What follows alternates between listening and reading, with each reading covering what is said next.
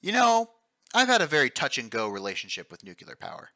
On the one hand, it's undoubtedly a powerful tool in quenching humanity's seemingly endless need for power. And on the other hand, it's a high potential danger to everyone if it's not managed properly. So let's discuss the facts, get them straight, and also acquire a good grade for my nuclear engineering class. Let's discuss nuclear power.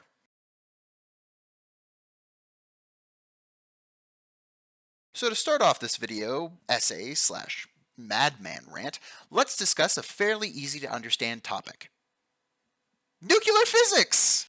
In essence, there are two key things to discuss: fusion and fission. Let's start with fission. To most people, when you say the word fission, it sounds like you're trying to say the word fusion while 5 drinks deep on a Saturday night. But rest assured, it's a very different thing. Fission is essentially what we use in every nuclear device ever. Just like picture anything, yep, there's fission. To understand it, imagine a game of pool. You have two balls right next to each other, right? And when you strike them with the white ball, they split apart. Make sense? Congratulations, you understand fission. Just replace the white ball with a neutron in the two balls for a single nucleus of uranium-235. When the neutron strikes the nucleus of U-235, it breaks into several components: two new neutrons, two nucleuses of a lighter element, and sweet, sweet energy. The energy is what we're after, but it's the two neutrons released that allow us to actually make power on a large scale. These neutrons will strike other nucleuses, creating a chain reaction. The key is controlling this reaction. To limit the speed of these neutrons, utilizing a moderating material like water or graphite, and then we control the rate of this reaction to slow it down and produce more power at a reasonable rate. The other use for it we have is to force the reaction to happen as quickly as possible, leading to unsavory outcomes. But what about those two lighter elements that are also created? Well, they, along with the other substances making up spent fuel, are what we call nuclear waste. Nuclear waste acts as a wonderful plot point for bad 80s movies, and a massive headache for the Nuclear Regulatory Commission. You probably know nuclear waste as this green goo that seeps into some water and gives some random loser superpower. However, in reality, these products do not grant otherworldly powers that break the laws of physics, but instead grant mass cell death and a risk of cancer. Fun. The more worrying aspect is that some of these byproducts are capable of undergoing fission themselves, which can lead to the same unsavory outcomes, if people want them to. This is because the waste products are plutonium and uranium that failed to react, among some other stuff, but that doesn't matter. While this fission business seems scary, it's not as bad as it seems. At this point, we have a good understanding of how fission works, and it's a very reliable source of energy, and relatively easy to utilize. The same cannot be said about fusion. Fusion! The energy source that science fiction authors use when the technology they write about doesn't make sense. In all honesty, fusion is seen a lot of interest over the past few years. This is because it is a very tempting source of energy. It actually outputs more energy than fission per unit mass. So why don't we use it today?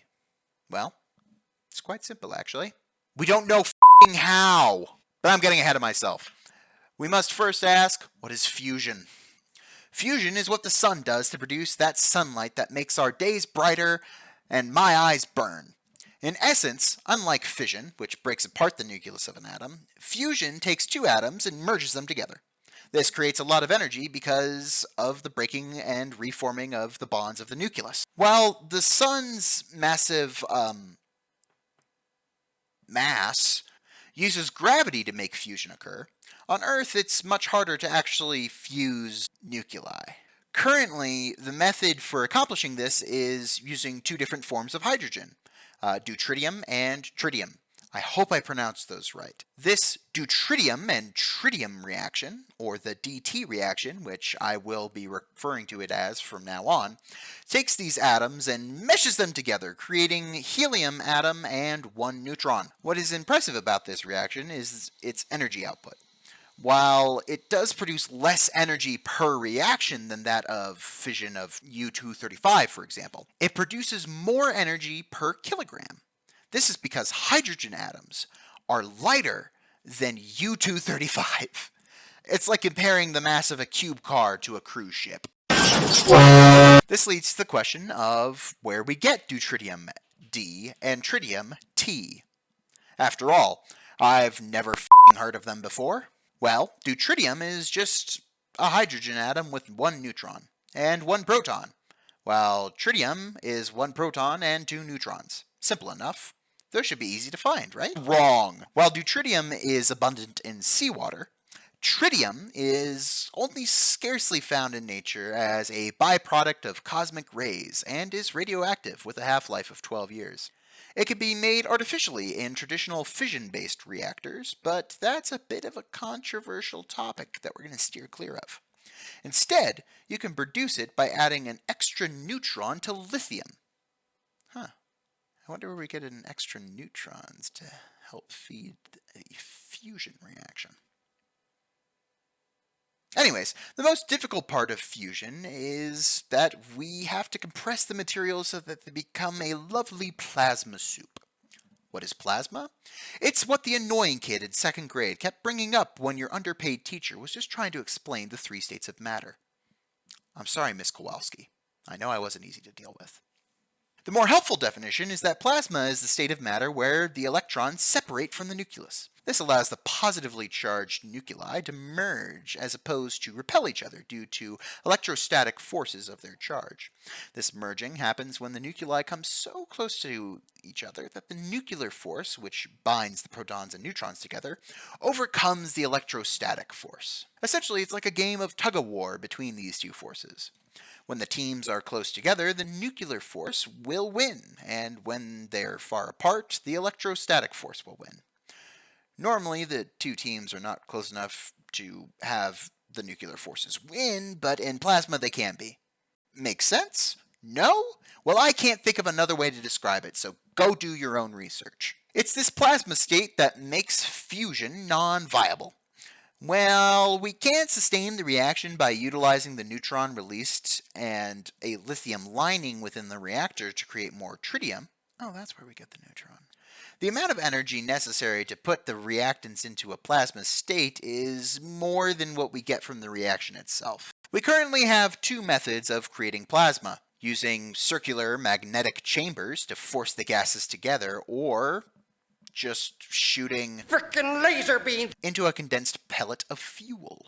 Even if the plasma generation issue was solved, there's still another problem in the form of energy density. Plasma is not exactly dense, and so to ensure that enough of the heat is utilized, the reactor needs to be far larger than is practical, leading to much higher construction and maintenance costs.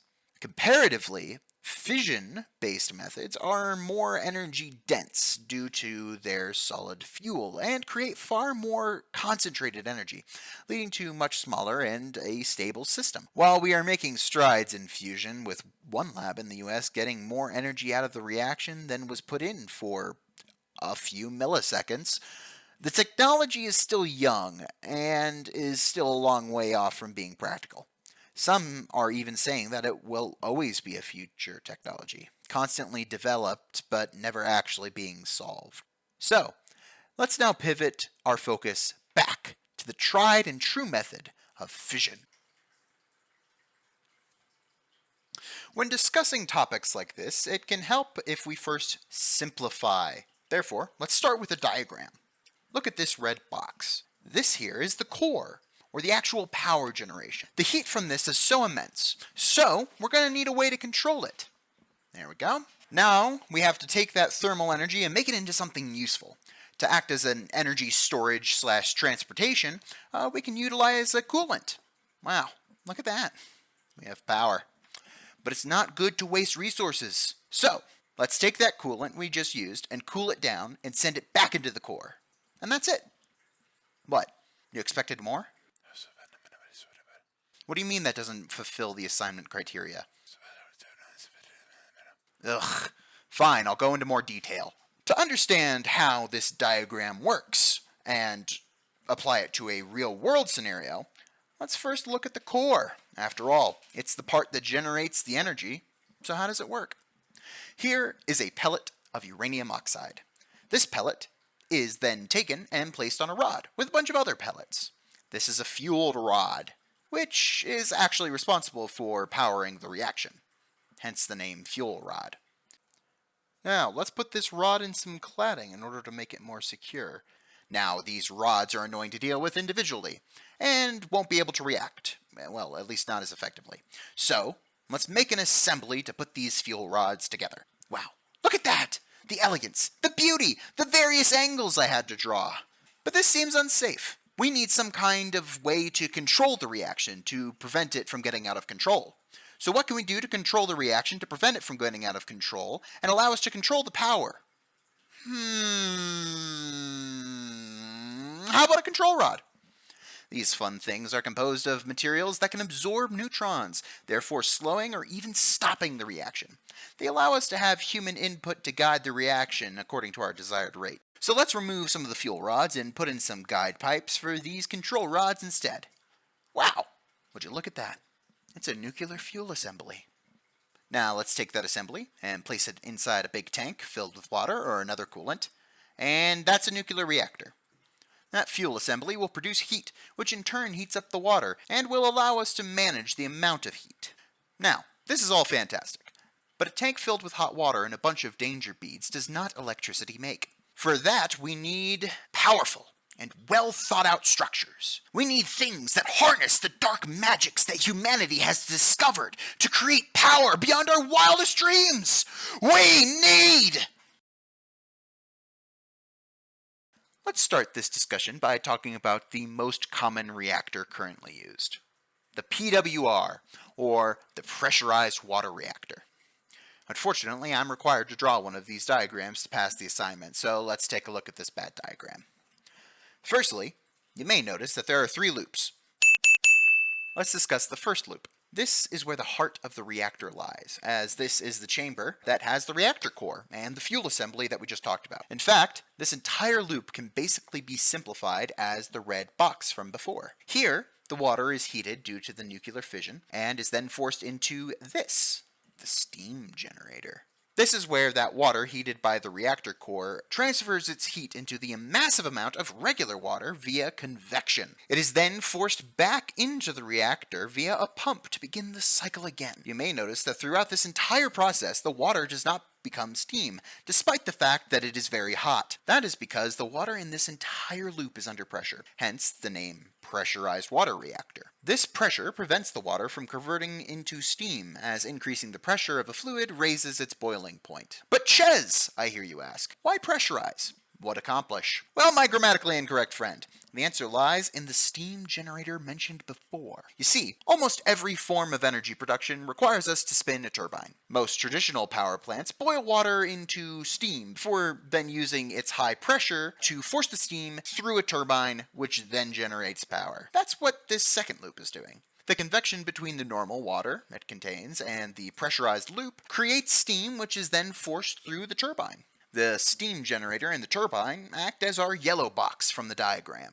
But we can't just have steam go back through the cycle again. It doesn't absorb heat as well as water. So we turn it back into water with the third loop via this section known as the condenser. Here, the water from the third loop is pumped through another set of convection pipes, which turns the steam from the second loop back into water before the water in the third loop returns to the cooling towers. These cooling towers are what most people think of when they discuss nuclear reactors, but this actually has no element of fission, just good old-fashioned thermodynamics. This entire third loop and the condenser acts as our blue box from the diagram. The primary benefit of utilizing the PWR design is that the spicy water that directly interacts with the fuel assembly is contained in that first loop and is easily manageable. Additionally, because the water never turns into steam, it remains as an effective coolant throughout its entire interaction with the core. Boiling water reactors, on the other hand, are simpler and only have 2 loops, and lucky for you, I don't need to draw them, and so we can look at this nice diagram from Wikipedia. Rather than preventing the water flowing through the reactor core from boiling, the boiling water reactor uses that nuclear energy to turn the water directly into steam. This steam then follows the same pattern as the second loop in the PWR system and allows it to turn back into water via the condenser. The issue with that is when the water turns to steam, it loses a good portion of its heat absorbing capabilities due to its lower density. This in turn means that it cannot as easily control the fuel assembly and therefore has a higher risk of a meltdown. A meltdown is when the temperature of the fuel assembly becomes so hot that, well, it melts. This is far from an ideal outcome, as a bunch of radioactive metal melting together can be a real headache to clean up. But beyond that, that's pretty much all there is to utility-scale nuclear power production. Which leaves us with one last topic. While utility power production is nice, we need to also talk about the other ways nuclear principles are used beyond the shoot big boom bomb that we are familiar with. The first of these reactors are research reactors. These fun tubes filled with water and danger cores are common in universities and fission research facilities. The most common of these is the TRIGA reactor, which is used to study fission emissions such as neutrons and train people on how to operate reactors. Because of its intended role, these reactors have inherent safety rather than the engineered safety that other reactors have. What does this mean? Well, if a TRIGA reactor is like a sheep, then a traditional reactor is like a caged bear. The sheep itself is harmless, but the bear is safe because of the cage around it. This is because TRIGA reactors use a form of low-grade uranium fuel called uranium zirconium hydride, or UZRH, and has a cladding of stainless steel. This fuel is safe because of its ability to directly interact with water at high temperatures, due to its chemical stability. Regular fuel has aluminum surrounding the fuel pellets, which cause a reaction when the aluminum and water touch each other at high temperatures. The UZRH fuel retains its fission products more effectively than regular uranium. This means that less protection is needed against it, and there's less heat transmitted to the stainless steel cladding, allowing for the reactor to be stable at much higher temperatures. This means that the reaction will simply stop without external intervention, creating a reactor that cannot produce a lot of power for external use, but can be abused by grad students. Essentially, the TRIGA reactor is the Nokia of reactors. Not powerful, not useful, but basically indestructible by conventional means. Plus, it looks really cool when you fire it. But what about the military? After all, they're the ones that first developed the technology. How are they using it today? Well, beyond their initial application, the primary use the military has for nuclear technology is propulsion-based reactors. This is what is used on nuclear submarines and aircraft carriers. In fact, the PWR reactor was initially designed for use on submarines. The benefit of putting a reactor on your ship is that you basically never need to refuel it. Submarines and aircraft carriers are predominant in this use case as they both need to be at sea for a long time, and their respective missions require that they run reliably without the need for docking. The massive fuel density of nuclear power also means that they take up less space and therefore allow for additional storage rather than fuel tanks that would be used to store petroleum, for example. But this is all fairly well known. So let's go a bit further and a bit more distant from Earth. Space! Oh yes, you thought we were just going to ignore the highest energy density fuel source available to humanity when weight is everything? Why? Because of a little radiation? What is that compared to science? A lot, actually. Which is why nuclear reactors are not commonly used in space applications. Yet. Currently, we use radioisotope thermoelectric generators, but because that's super hard to say, we're going to call them RTGs. These wonderful devices, despite their name, are actually quite simple. Plutonium-238 has a short half-life. relatively speaking, of about 87 years. This means that it releases a lot of energy through the form of heat by just sitting there. We have figured out that by using a device known as a thermocouple, we can produce a voltage just by heating it up. So take a couple of thermocouples, tape it on that dumb brick of spicy metal, and boom, you have a power source that can manage a rover or a satellite. In fact, the Curiosity rover and the Voyager both use RTGs to power themselves. These nuclear principles aren't just used for electricity production either. Some probes, like the Huygens probe, use what are known as radioisotope heater units, or RHUs, because I hate saying the word radioisotope. These devices are placed on critical components to heat them so that they won't break due to the cold of space. The Huygens probe utilized 35 of them, with none being bigger than a pencil eraser. They were put on there to make sure that the probe wouldn't break during its descent into Titan. Titan has oceans of liquid methane. It's f***ing cold there. But what about reactors? Surely we've launched some into the cold, lonely beyond. Well, we have. Kinda.